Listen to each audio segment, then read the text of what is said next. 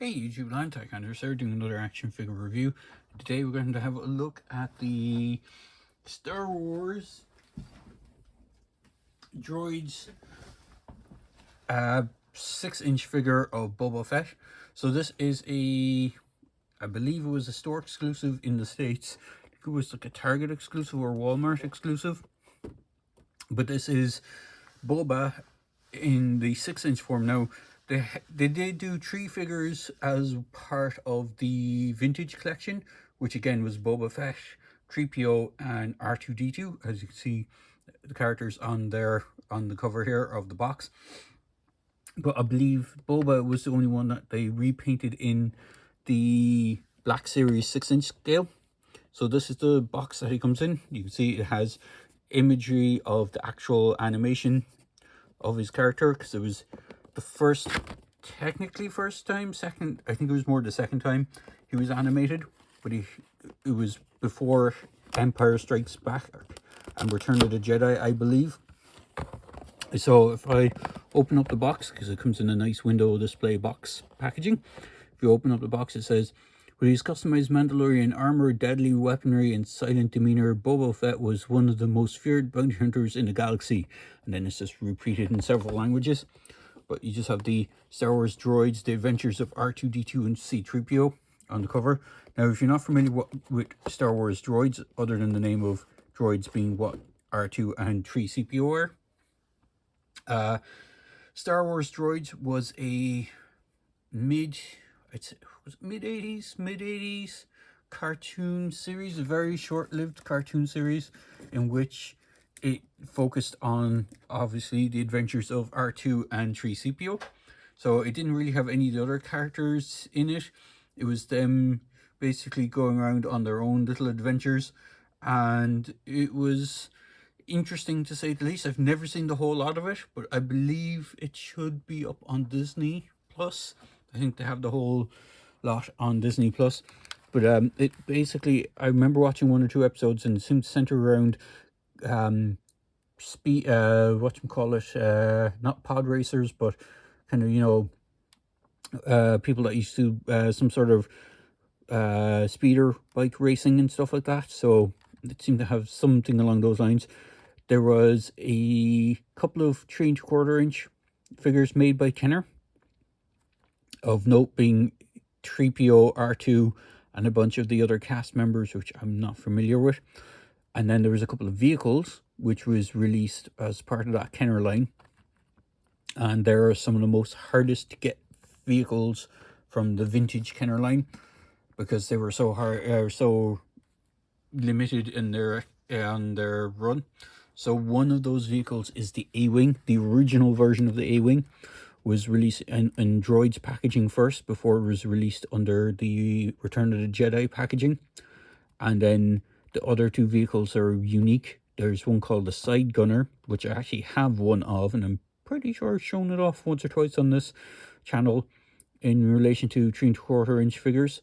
And then the other one is, I think it's called the ATL Interceptor or something along those lines. It's kind of a weird name kind of thing, and they're both unique.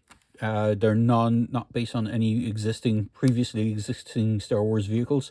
They were unique to the show and to that line. But enough of that. We're here to have a look at the figure himself, the bounty hunter extraordinaire, Boba Fett. So if I bring in the tape measure, you can see he stands around the 6 inches, maybe a little taller, with his headpiece, with the rangefinder, and his backpack. Now, what is interesting to me is, even though this figure came out, I believe, does it actually have release date info on it? I want to say 20. Does it actually have a release date? I can't see it on the box, but I want to say it came out either 21 or 22, so it's not that old. And I'm surprised they went with this mold compared to the newer Return of the Jedi mold, which is this one.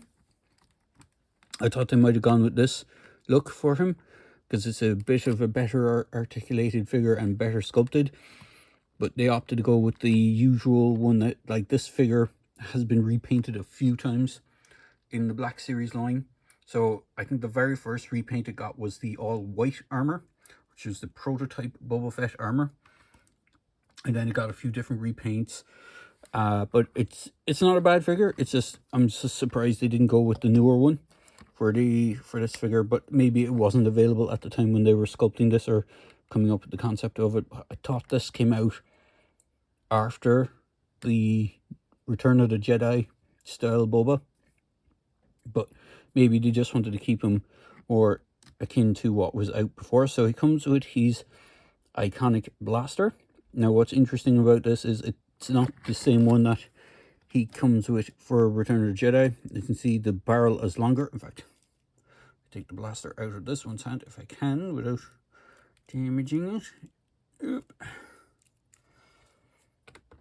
There was actually very subtle differences between the blasters in the two movies. So this is the one he had for Empire Strikes Back.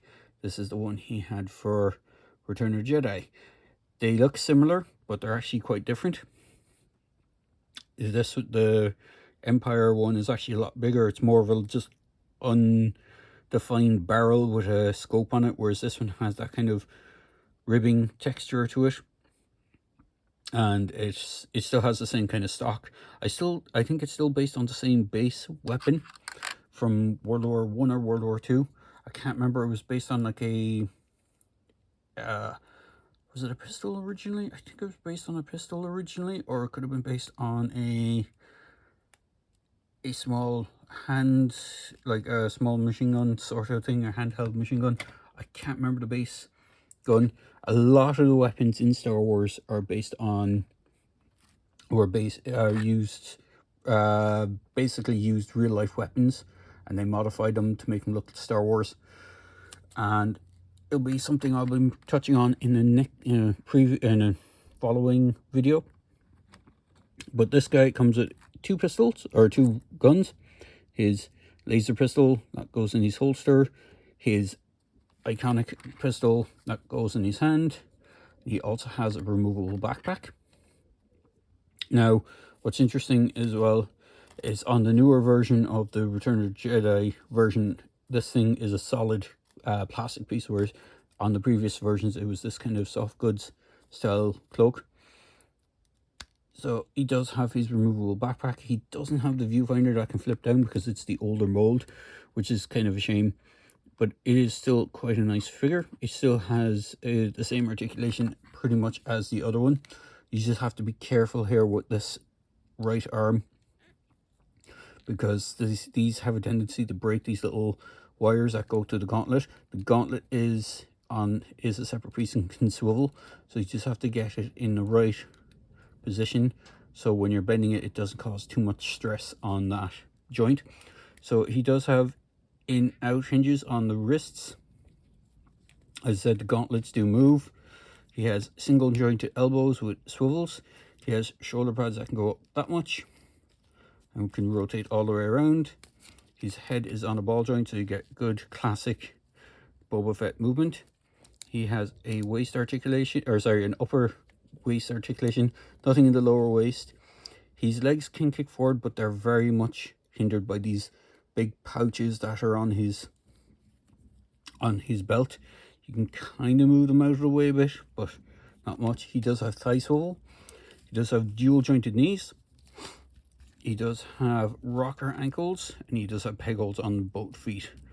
So he is painted to look exactly how he did in the Droids cartoon, which is quite nice homage to that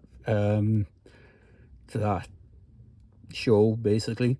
And the other thing is cool is, if I had him handy, which I don't unfortunately, he's exactly the same repaint as the smaller 3 3/4 inch. What is interesting on the actual 3 3/4 inch version is they actually used, if I remember correctly, they used the Return of the Jedi one that came out. So again, I'm not sure why they didn't do that for this one. But for some size comparisons, we'll have him standing next to a couple of fellow Mandalorians. This is one of the Death Watch figures, and this is one of the Clone Wars Mandalorians.